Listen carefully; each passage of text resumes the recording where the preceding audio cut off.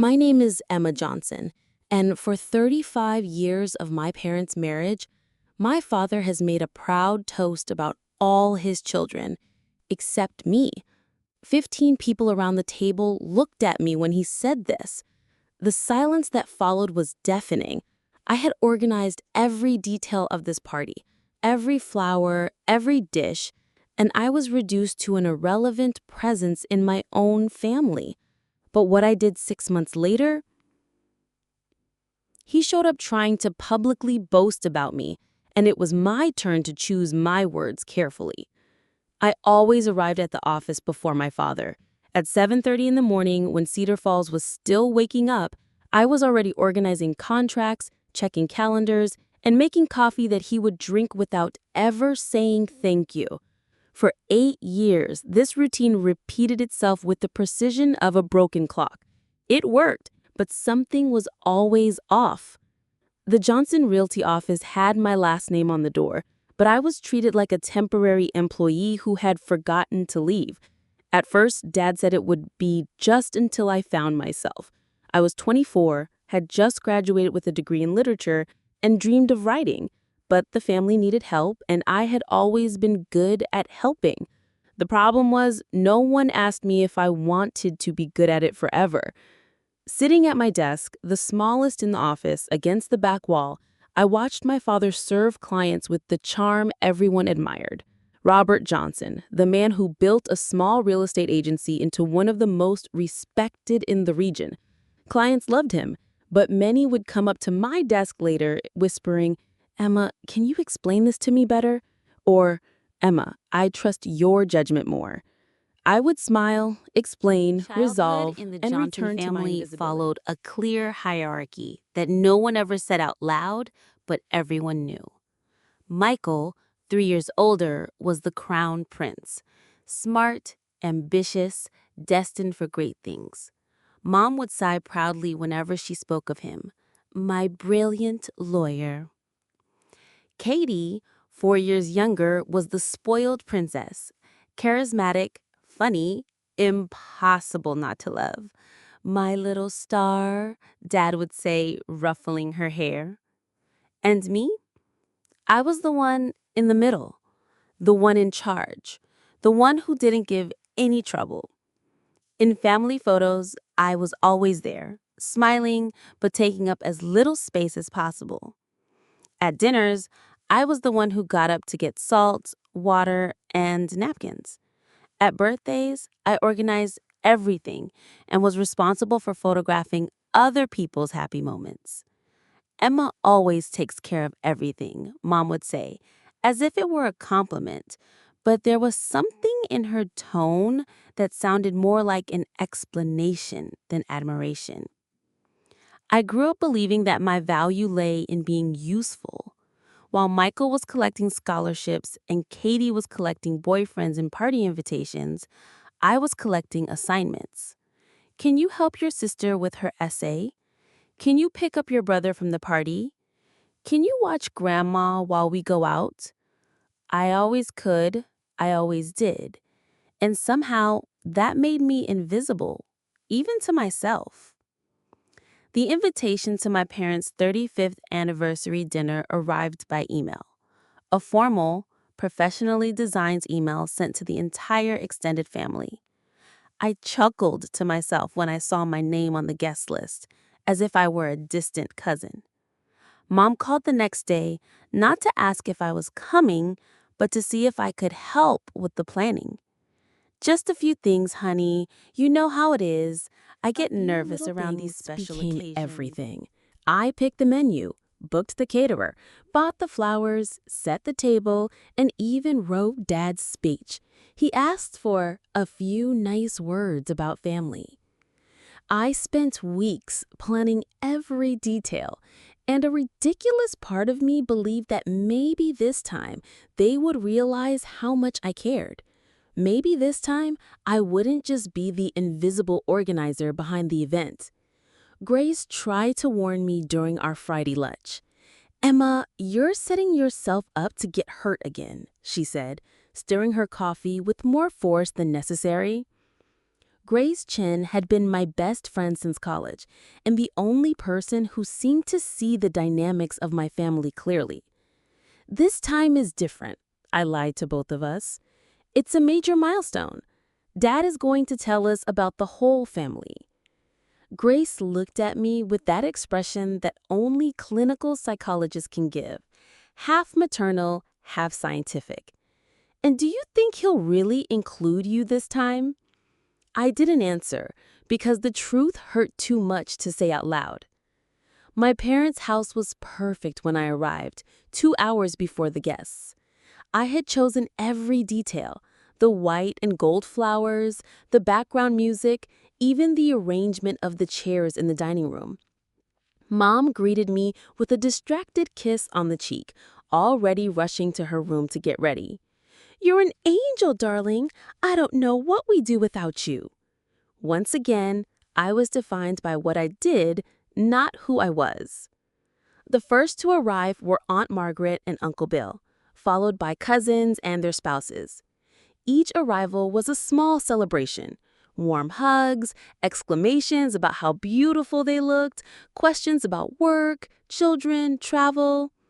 I walked around the house like a well-dressed employee, making sure everything ran smoothly, receiving pats on the shoulder and comments When about Michael how arrived organized with and his wife hopeful and I two was. children, the house was filled with energy. Dad lit up, Mom was all smiles, and suddenly everyone had stories to share about the accomplishments of our lawyer. Katie arrived next, with her boyfriend of the moment and an energy that made everyone laugh even louder. She posted 3 Instagram stories before even greeting her grandparents. I watched everything from the kitchen, checking to see if the buffet was ready, and I felt that familiar feeling of watching my own family through a glass window. They were all there, happy, connected, vibrant, and I was there too, but somehow on the outside. Dinner went exactly as I had planned. Conversation flowed, compliments on the food were constant, and Mom was complimented on the perfect event I had organized. Sitting at the head of the table, the last seat to be taken, I smiled and joined in when asked a direct question, but for the most part, I was just part of the scene. Michael dominated the conversation with stories from his law firm. Katie showed off photos of her sponsored trips as an influencer. Dad expanded on his stories, telling anecdotes about famous clients and successful businesses. Mom was the perfect hostess, accepting compliments on the beautiful family she had created. And me? I got up to clear plates, refill glasses, make sure everyone was comfortable. When Aunt Margaret asked about my life, Dad answered for me. "Emma helps us at the real estate office. She's very dedicated." As if my life were a footnote in the family history. Looking at those people I loved, I felt a strange melancholy settle in my chest. It wasn't anger, not yet. It was something closer to resignation. The slow, painful knowledge that no matter what I did, my place at that table would always be the same, present but unseen, I didn't needed know the but worst was yet to come. unappreciated. When Dad stood up to make the toast, holding his wine glass as if he were about to give a historic speech, I still believed he would say something that would truly include me. I still had hope.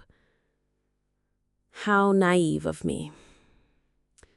Dad stood up slowly, the way he often did when he wanted the room's full attention. The hum of conversation faded until all that was left was the soft clink of silverware being placed on plates. He held his glass of red wine in both hands, looking around the table with that smile I'd known since I was a child, the smile of a man who knew he had a captive audience. "Well," he began, his voice slightly choked with emotion and wine. 35 years. Who would have thought this wonderful woman would put up with a stubborn old man like me for so long?" A hearty laugh echoed around the room. Mom blushed and waved her hand in mock protest. I smiled automatically, as I always did when Dad started his speeches.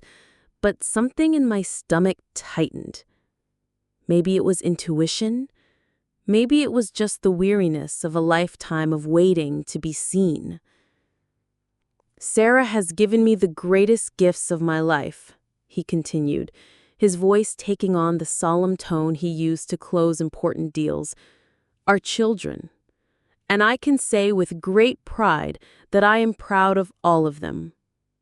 My heart raced. Finally, I thought, finally he's going to truly include me. Michael, my brilliant son who became the lawyer I always dreamed of being. Katie, my little star, who lights up any room she enters and conquers the world And I with her held my unique breath. personality. 15 people around the table stared at me for a second, waiting. This was a moment. 32 years waiting for this moment. And, well, Emma is here too. The silence that followed was deafening. It wasn't a natural silence, the kind that precedes applause or laughter. It was the silence of embarrassment, of secondhand experience, of, did that really happen? I felt my blood literally freeze in my veins, as if someone had poured cold water down my chest. For a moment that felt like hours, I simply couldn't process what had happened.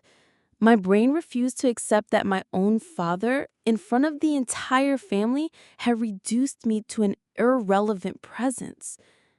Emma's here too, as if I were a piece of furniture he'd forgotten to mention in the inventory of the house. I looked around the table and saw faces avoiding my gaze. Aunt Margaret fidgeted with her napkin in obvious discomfort. Cousin James coughed and took a large sip of wine.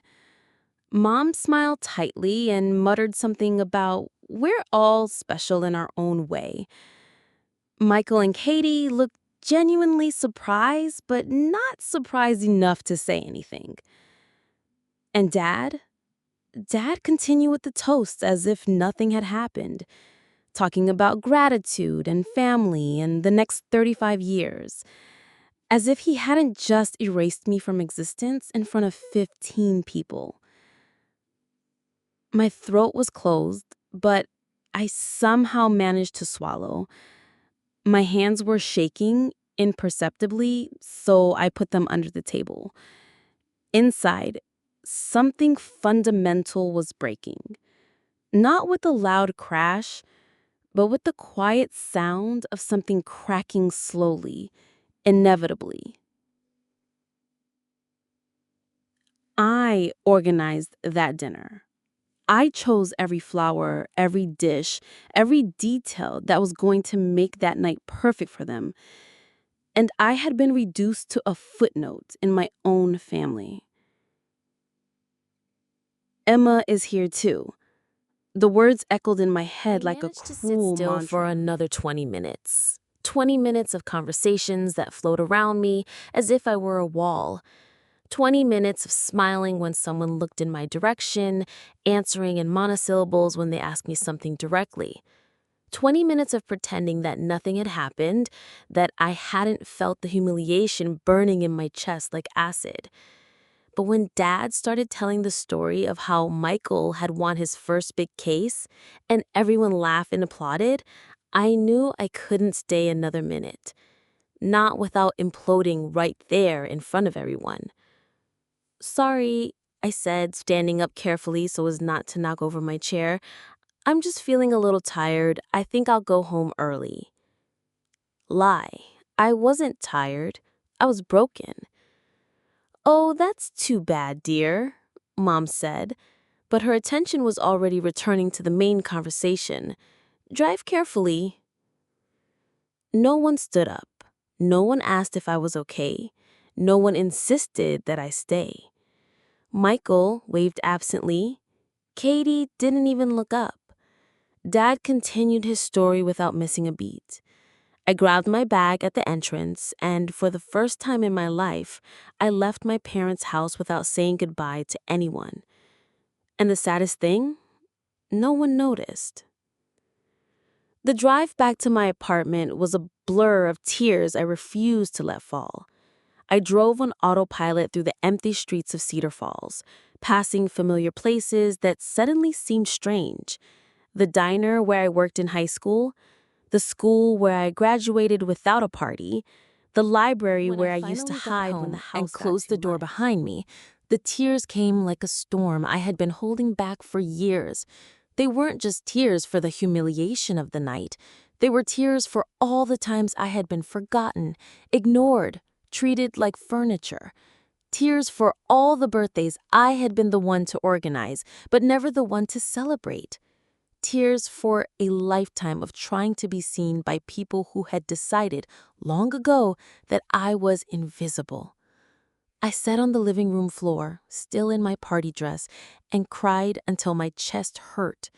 I cried until there was nothing left inside me. And it was in this absolute emptiness that something new began to be born. Anger, not the explosive, destructive anger, but the cold, crystal clear anger that cuts like glass, the anger that illuminates rather than blinds, the anger that whispers, "Never again." I picked up the phone and called Grace. It was almost 11 at night, but she answered on the second ring as if she had been waiting. "Emma, how was dinner?" "Grace," my voice came out firmer than I expected. "You were right, and I'm tired of being wrong about them." Grace arrived at my apartment half an hour later with a bottle of wine and that familiar expression, part "I told you so" and part "we'll fix this." She listened to me tell her everything, from the organization of the event to the sentence that erased me from the family's existence. When I finished, she sat in silence for a long time, just holding my hand. "Emma, you know this isn't about you, right? It's about them, about how they need to put you down to make themselves feel bigger." "I know," I said, and for the first time, I really knew. But that doesn't make it any less real. It doesn't make it any less painful. I looked out my apartment window at the town where I had been born and raised, where everyone knew the Johnsons as a successful family. A family where I was just the daughter who was also there. "I'm going to show them who I really am," I said, and my voice held a determination I didn't recognize. "I'm going to stop trying to be seen by those who refuse to see, and I'm going to build something they can't ignore." Grace smiled for the first time that night. "Now you sound like the Emma I know." "No," I corrected, feeling something fundamentally rearranging itself within me. "Now I'm speaking like the Emma I'm going to become." That night, I didn't sleep. I lay awake planning every step of my liberation, because that's what I realized in the silent hours of the morning. I didn't need their approval. I just needed to stop looking for it. The humiliation had been the last straw. Now came the answer. The following Monday, I arrived at the office at 7 a.m. as usual, but this time with a resignation letter in my pocket and a clarity of mind I had never felt before. I spent the entire morning working as usual, organizing contracts, answering calls, being the efficient and invisible Emma I always was. But inside, every task I performed was a silent testament to my worth. When Dad arrived at 9:30, as he always did, finding everything perfectly organized, I waited for him to settle into his living room with the coffee I had made. I knocked on his door at exactly 10 o'clock. "Daddy, can I talk to you?" He didn't even look up from his papers. "Sure, honey, but make it quick. I have a meeting at 10:30. I placed the letter on his desk, a simple sheet of paper, 2 lines. "I hereby give notice of my resignation from my position as administrative assistant at Johnson Realty with 30 days of notice. Sincerely, Then he Emma read it Johnson." again, more slowly. When he finally looked at me, there was genuine surprise in his eyes, perhaps the first real emotion he had shown toward me in years. "Emma, what is this? Did something happen?" The irony was almost funny.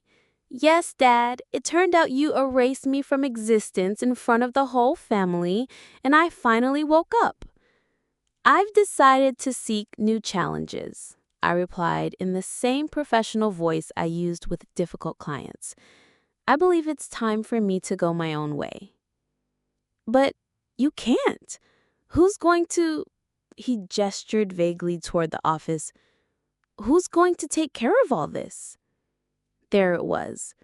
Confirmation that I had always been seen as just a function, never a person. Who would take care of things, not who I was or whether I would be happy somewhere else. I'm sure you'll find someone, I said, and left the room without waiting for a response. The 30-day notice period was eye-opening in ways I hadn't expected. Dad tried to convince me to stay at least 5 times, but every conversation followed the same pattern. He talked about how much the office needed me, how hard it would be to train someone else, how I was part of the furniture there. He never once asked what I wanted, what my plans were, or if I was happy somewhere else. Mom called twice, worried about this rebellious phase I was going through. Michael sent a WhatsApp message saying I was being a bit dramatic. Katie didn't say anything. But it was the clients who surprised me. When word got out that I was leaving, they began to contact me directly. First, it was Mrs. Dorothy Whitman, who was selling the house where she had raised 4 children.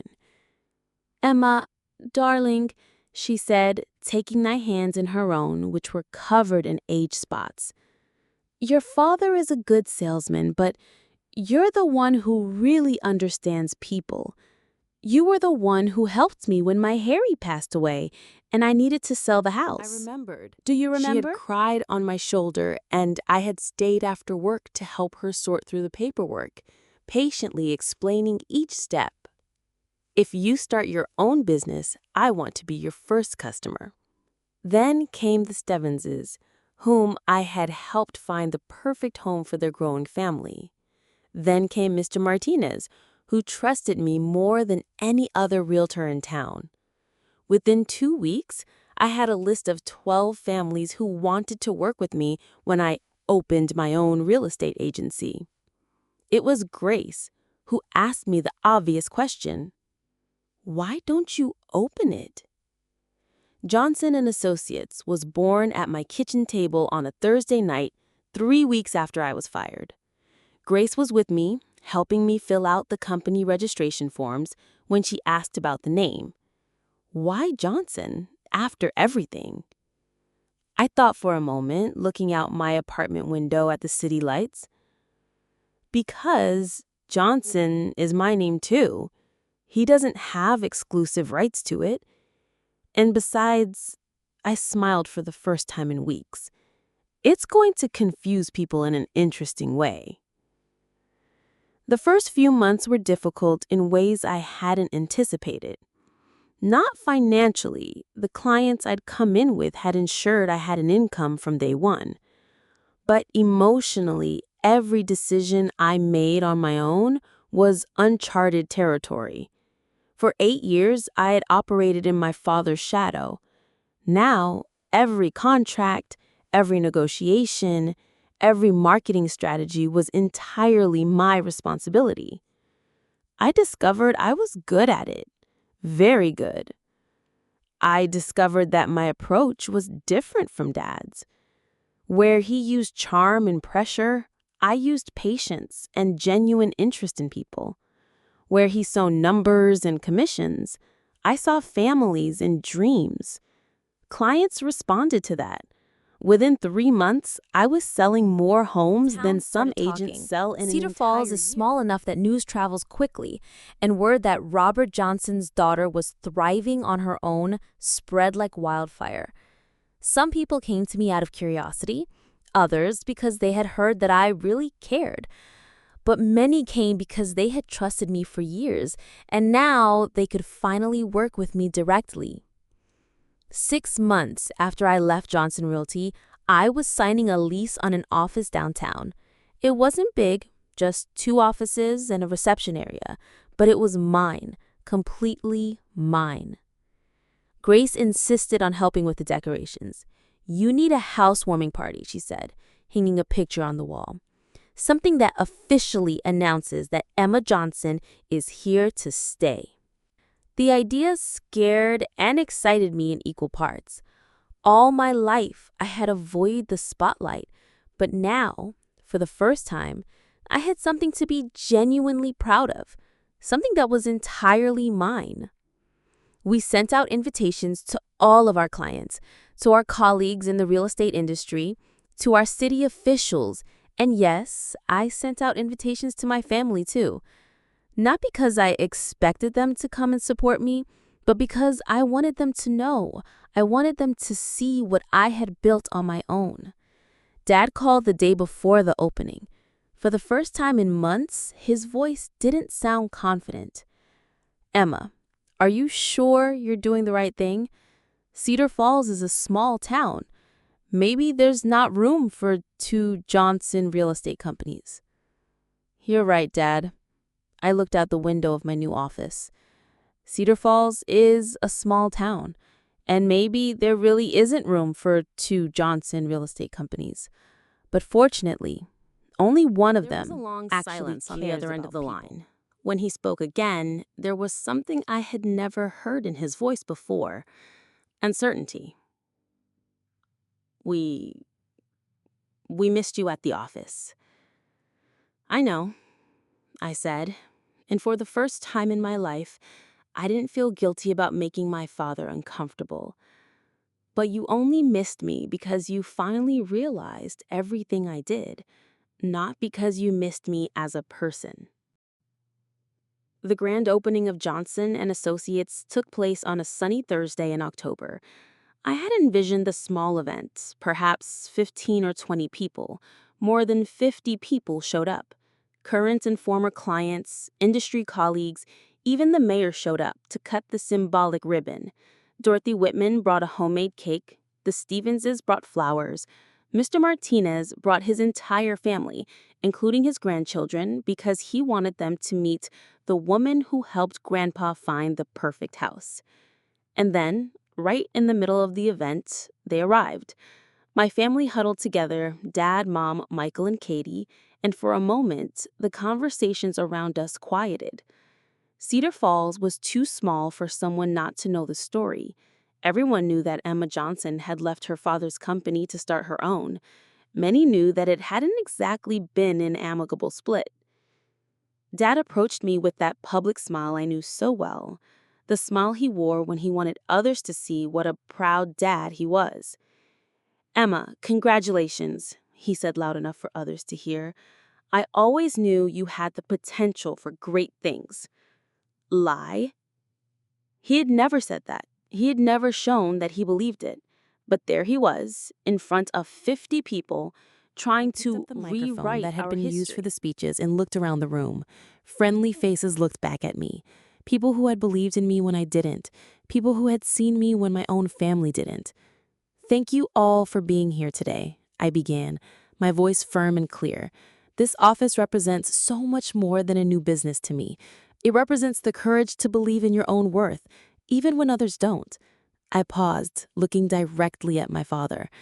"I want to especially thank everyone who has always seen me as more than just a role, who has seen me as a person with dreams, ambitions, and self-worth. You have given me the strength to be here today." I didn't mention my family once. I didn't need to. Their silence in the audience said it all. After everyone left and I was alone in my office, cleaning up plastic cups and folding up extra chairs, I realized that something fundamental had changed, not just in my job or my financial situation, but inside me. For the first time in my life, I wasn't looking for anyone's approval. I wasn't trying to prove my worth to people who had long ago decided I wasn't worthy enough. I was simply being who I was, doing what I loved, serving people who respected me. Dad tried to reach me after the grand opening, but I was busy talking to customers. Mom texted the next day to say she was proud but worried about the competition in the family. Michael commented that I had finally found my way. Katie posted a photo of us together at the event with the caption, "Proud of my entrepreneurial sister," but I knew it was more about the likes than genuine pride. Their reactions didn't hurt me anymore. In fact, they confirmed Within to me 6 that I months had of made opening, the right Johnson and decision. Associates had become one of the most respected real estate firms in Cedar Falls. I had hired 2 assistants who were treated like people, not furniture, and was considering expanding into neighboring cities. Dad lost several important clients to me, not because I stole them, but because they chose to work with me. The difference was important. Today, when I wake up in my apartment, which I can now afford comfortably without depending on anyone, I look out the window at the city where I grew up and feel something that took me 32 years to experience: peace. I haven't forgiven my family. Forgiveness suggests that I still carry anger, and I don't anymore. They've simply become irrelevant to my happiness. I still see them all occasionally. Cedar Falls is too small to avoid them entirely. But now when we do meet, I'm the one in control of the conversation. Dad tries to reconnect sometimes. He invites me to lunch, texts me about fatherly pride, talks about how he always knew I had it in me. But his words ring hollow because I know they only came after I proved myself in a way he couldn't ignore. Mom occasionally comments that she misses how close we were as a family, but we were never a close family. We were a family where some members mattered more than others, and I spent years trying to fit into a place that was never meant for me. Grace is still my best friend and is now practically my chosen sister. She was right when she said I wasn't the problem child. I was just the child who was never seen. Now, I don't need to be seen by them anymore. I have a lifetime of Johnson people and who see me Associates exactly continues as to I am. grow, not out of revenge, but because I have discovered that I am genuinely good at what I do when I do it by choice, not by family obligation. And you know what I learned? I didn't have to prove that I was good enough. I had to stop trying to prove myself to people who never wanted to see me. The best revenge wasn't to destroy them. It was to build something so solid and true that they could no longer deny my existence. Today, I understand that family is not just those who share your blood. It is those who choose to see you, value you, support you. And for the first time in my life, I chose my own family, and they chose me back.